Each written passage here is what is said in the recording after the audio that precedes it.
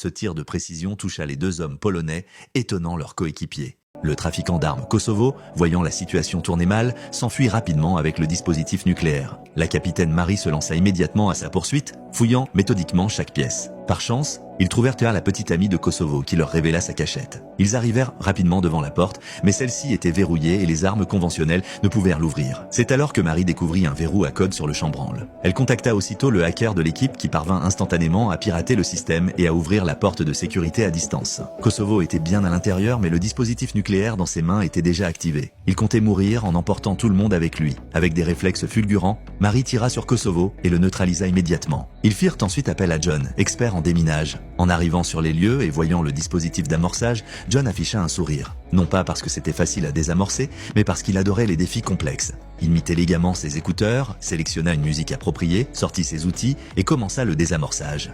Marie et les autres, tendus, observaient depuis le côté. Les conséquences d'une explosion nucléaire seraient catastrophiques.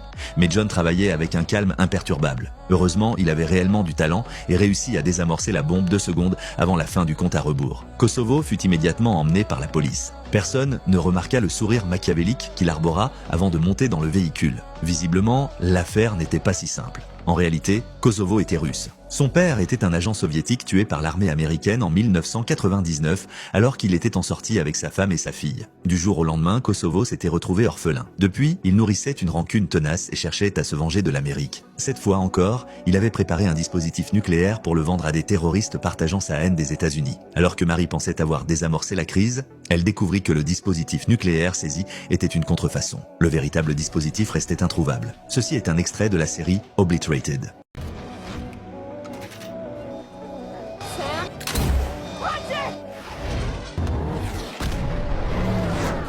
Heureusement, le véhicule blindé présidentiel était extrêmement résistant et a pu encaisser l'attaque au lance-roquettes. Le chauffeur a tenté d'accélérer pour semer les malfaiteurs, mais s'est retrouvé bloqué par des voitures de police venues en renfort. Sans autre choix, le chauffeur a rapidement fait marche arrière. Pour avoir une meilleure visibilité de l'arrière du véhicule, le président s'est empressé d'activer l'écran de contrôle central et le puissant système de navigation par satellite. Malgré cela, ils n'ont pas réussi à échapper à la poursuite acharnée des criminels. Le président a alors déclenché le dispositif fumigène sous la voiture. Une épaisse fumée blanche s'est instantanément échappée de l'arrière du véhicule. Tandis que le nuage s'intensifiait, la vision des poursuivants était complètement obstruée. Un virage serré est soudain apparu devant eux. Grâce aux réflexes du chauffeur, ils l'ont évité de justesse. Les malfaiteurs derrière eux n'ont pas eu cette chance.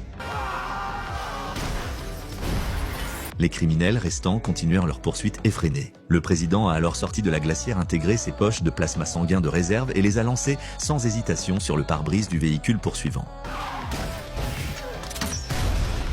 Le chef des malfaiteurs, voyant sa compagne mourir tragiquement, a été submergé par une rage folle. Alors que le convoi présidentiel s'apprêtait à entrer dans la zone militaire sécurisée, il a épaulé un lance-roquettes et tiré un projectile. Le chauffeur, calculant parfaitement son timing, a esquivé l'attaque, frôlant le missile de peu et a réussi à pénétrer dans la zone militaire. Face aux forces armées qui les attendaient, les criminels ont été contraints d'abandonner leur tentative d'assassinat. Le président a finalement échappé à cette menace mortelle. Ce film s'intitule Head of State.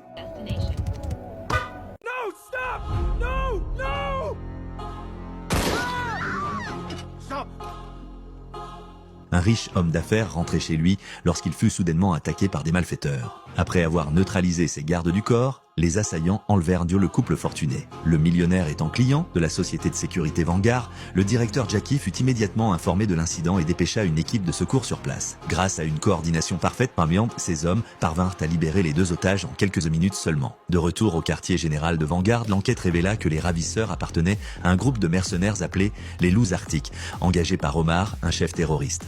Ce dernier cherchait à se venger du millionnaire qui avait autrefois dénoncé son père, entraînant son exécution par les forces antiterroristes.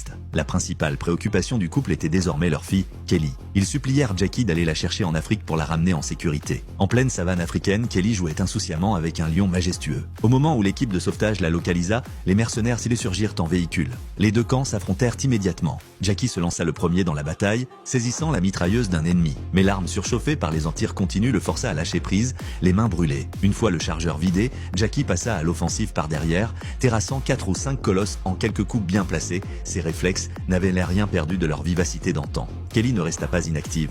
Elle visa les assaillants avec un pistolet tranquillisant, mais toucha accidentellement John, un membre de l'équipe. Heureusement, Jackie détourna l'attention des mercenaires au bon moment, permettant à John de s'enfuir avec Kelly. Cependant, le sédatif fit effet durant leur fuite et John s'effondra. Kelly le traîna jusqu'à un poste d'observation ornithologique où ils passèrent la nuit sans encombre.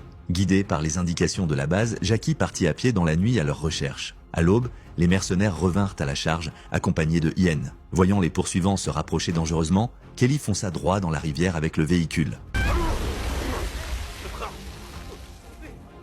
D'une simple pression sur un bouton, la voiture se transforma en hydroglisseur. Leur répit fut de courte durée. Les mercenaires les rattrapèrent rapidement sur leur jet-ski, plus rapide que l'embarcation. Encerclés, Jackie et son équipe virent impuissants un des malfaiteurs profiter de la confusion pour capturer Kelly. Ce film s'intitule Vanguard.